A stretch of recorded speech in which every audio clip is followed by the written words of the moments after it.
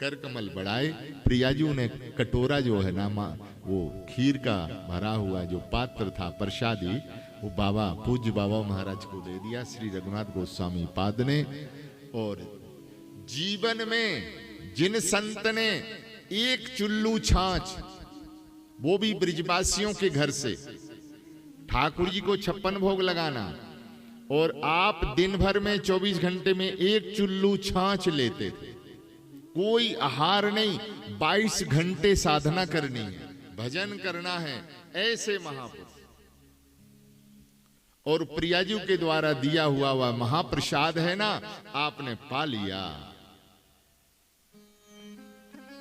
पाते ही शरीर में ज्वर हो गया, जीवन में अन्न का कण नहीं गया। अब आप कहेंगे कि जब प्रियाजी ने ही प्रत्यक्ष प्रकट होकर के बाबा को भोग दिया है तो बाबा को ज्वर क्यों हुआ? यही तो ठाकुर जी का लीला विधान है। श्री ठाकुर जी अपने भक्तों का प्रकाश करना चाहते हैं, किसी तरह किस रूप में हो। और बाबा को ज्वर हो गया, अब ज्वर की औषधि कराई, बड़े बड़े वैद्य आए, उपचार हुआ, बाबा का ज्वर अब ऐसे थोड़ी शांत होगा, तो ज्वर तो ज्वर है। तो उस समय गोसाई जी के, श्री विठलनाथ जी महाराज के राज वैद्य आए, और वैद्य ने पकड़ करके नवज कहा है, बाबा ने अन्न खाए। अब ब्रिजवासियों ने कहा, रे बाबड़े, हमारो बाबा 24 घंटे में एक चुल्लू छाछ को आहार लेवे, कभी अन्न नहीं खावे, और तुम कहो कि अन्न खाए, तो ये कैसे हो सकता। वैद्य जी ने कहा, भैया ब्रिजवासियों, तुम विश्वास करो, बाबा से पूछ लो, हमें तो नवज में आ रहा कि बाबा ने अन्न खाया है। अब खीर खाई ना, अब वो भी मानसी भोग, कोई वस्तु प्रकट थोड़ी थी।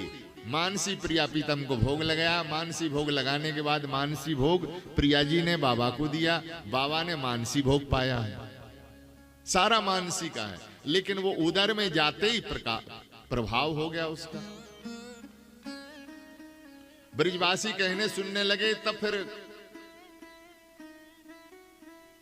अंत में वैद्य जी को कहना पड़ा, ब्रिजवासियों, हम झूठ नहीं बोलते हैं, अगर बाबा सही कह दें, इसको प्रमाणित करें बाबा, यदि अन्न नहीं खाया हो तो आज से हम अपनी वैद्यगिरी भी छोड़ देंगे। अब तो बात दूसरी हो गई। अब बाबा के ऊपर जब बारी आई तो बाबा से पूछा, क्यों बाबा, तुम बताओ, तुमने अन्न पाया कि नहीं पाया? तो बाबा ने रो करके कहा, बोले भैया, मैंने अन्न तो नहीं पाया है, लेकिन श्री जी ने अपना खीर प्रसाद दिया था, तो मैंने मानसी भोग लगाया, मानसी में सेवा की, मानसी भोग लगा, और मानसी में ही उन्होंने प्रसाद दिया, और मैंने मानसी में ही वह भोग पा लिया। वैद्य जी की बात सत्य निकली, मानसी का भोग है। तो कहने का तात्पर्य, मानसी की महिमा अनंत है, अनंत है। जिसको सिद्ध हो जाए ना मानसी सेवा, तो फिर हमारे श्री अग्रदेवाचार्य जी महाराज श्री रामोपासना में श्री मानसी सेवा ही प्रवीण थे। मानसी सेवा ही, आगे प्रसंग आएगा, अभी प्रसंग कहना नहीं है, लेकिन वो मानसी का स्वरूप, उनका ध्यान में कथा आएगी, वर्णन आएगा। ऐसी अनंत महिमा है, अनंत महिमा है। तो मानसी सोनत संग अंजन लगाइए। अभी ज्यादा पुरानी बात नहीं है, हमारे एक मुसाहब जी हो गए, इसी परंपरा में जुगल सरकार उनके इष्ट देव थे, और 100-150 वर्ष के बीच उनको मानसी सिद्ध थी। एक बार आप राज दरबार की ओर से राजा के आदेश से कहीं यात्रा के लिए जा रहे थे, कथा नहीं कहनी, हमें उसका मूल सारांश निवेदन करना है। उनको मानसी भाव सिद्ध था, दोपहर के भोग का समय हो गया, राज दरबार की आज्ञा है, तो घोड़े के ऊपर सवार होकर के आप जा रहे थे, और आपने दोपहर का समय जान के 12 बजे ठाकुर जी को भोग लगाना है, तो मानसी में ही आपने कड़ी चावल का भोग लगाया। किसका भोग लगाया? कड़ी चावल। मानसी में ही भोग लगाया। घोड़ा अपनी गति से जा रहा है, देखिए ये ध्यान की अवस्था है, ये मन का सूत्र है। अब मन के सूत्र से अपने वहां समाहित चित्त हो गया और मन में श्री चिंतन करते हुए युगल सरकार को जिमा रहे हैं। श्री ठाकुर जी ने जिम लिया, आरोग लिया, पा लिया। पाने के बाद में और एक नाला आया, नाला को क्रॉस करना था, घोड़े ने छलांग दी और जैसी छलांग लगाई घोड़े ने तो जो उनके हाथ में कटोरा था कड़ी वाला, वो सारा सामान बिखर गया, उलट गया। उलटते ही अब वो भाव जो मानसी में था वो प्रकट हो गया। घोड़े की जीर्ण से कड़ी फैली हुई है।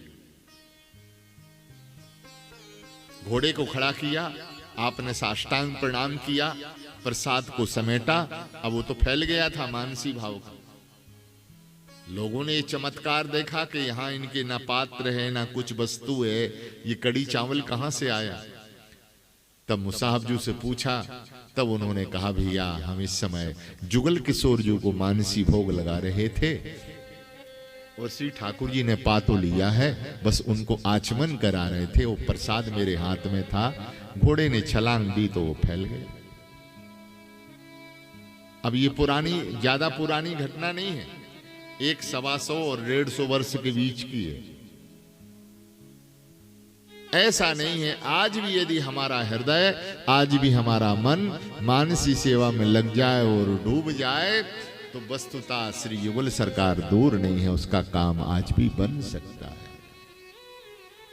ऐसे अनेक भाव हैं, अनेक भाव हैं, अनंत महिमा है मानसी की। अब कहेंगे तो पूरा समय इसी में जाएगा। इसलिए मानसी सो नथ संग अंजन लगाइए।